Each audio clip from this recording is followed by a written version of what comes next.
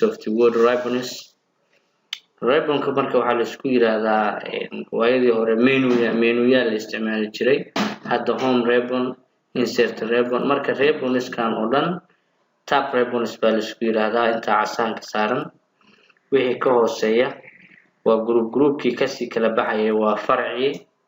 Farcan hadda inoo muuqdo oo cagaarka kan leh aan ugu meelna ka niri waa group, meelna ka niri waa comments. wuxuu ka kooban yahay home uu ka tirsan yahay. marka farca home waxa kamid ah clipboardka, pointiga, paragraphka and others. marka meelna waa group, meelna waa comment. group macnaheedu waxa weeye pointi markaan niraahno waa group maxaa hoos yaala intaas oo amar baa hoos yaala. fartiina bedeshid, size-ka fartiina bedeshid, midabkiina ka bedeshid, color-kiina saartid, italic, bold, waxyaalo badan inaad si adeegsatid. Paragraphka maxaa hoos yaala comment badan baa hoos yaala. For example, farta bidix ka bilow, midig ka bilow, right ka bilow, justified, waxyaalo badan oo aan arki doono intaan hadda horteena aynu qaadan doono hadii Ilaahay nafta noo daayo. marka waa casharkii hore waa casharkan daba socdaa oo sii faahfaahinaya. waxa ku xiga marka wax la yiraahdo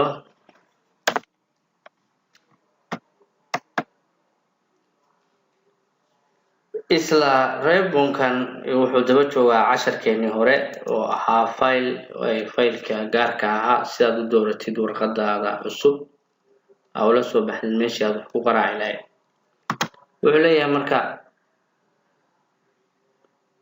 blank document.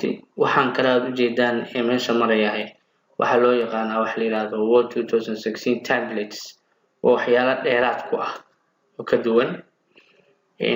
marka ribbonkan wuxuu ka mid yahay file saa la socda kana wuxuu yahay asalka.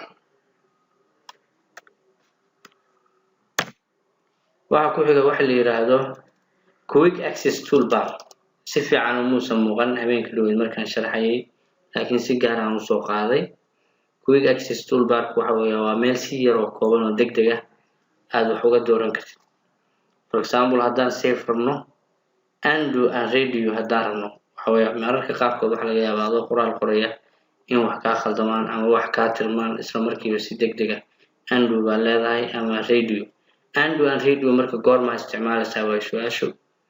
waxa weeye inta aadan documentiga save oran oo aadan xirin oo aad computerka dimin ka hor ama aad ku dhex jirto documentiga qoraalka inta isticmaali kasay gudihiisa saacadda qoraalka aad dul joogto waxa isticmaali kartaa undo and redo. laakiin mar haddaad save gareysid oo aad faylka iska xirtid uu shaqeyn maayo. undo macnaha waxa weeye amar khaldan ama qoraal khaldan aan qortay dib iiga ka noqo. redo waxa weeye war waa ii saxsanaayeen waxayga hore ii soo celi.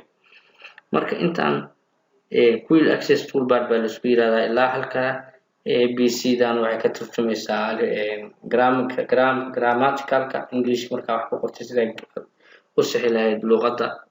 halkan wuxuu ka saxayaa printerkii, halkan waxa weeye zoomkii, halkan waa folderkii, halkan waa warqadii, halkan waa radio iyo undo iyo radio.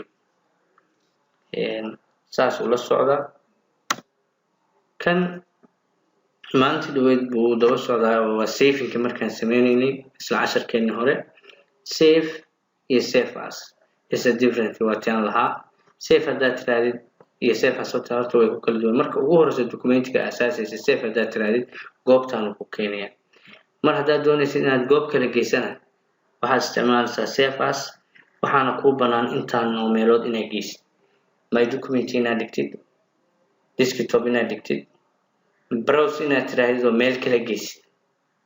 haddaad cajalad ku shubanaysid oo kale, haddaa intaa save gareysid aad wax kala ku iyo waxa ku furan add a place inaad place gaar ah marka adigu oo gaar ku khaas ah ku add gareysato oo aad dhigato iyadana waa ku bannaan tahay.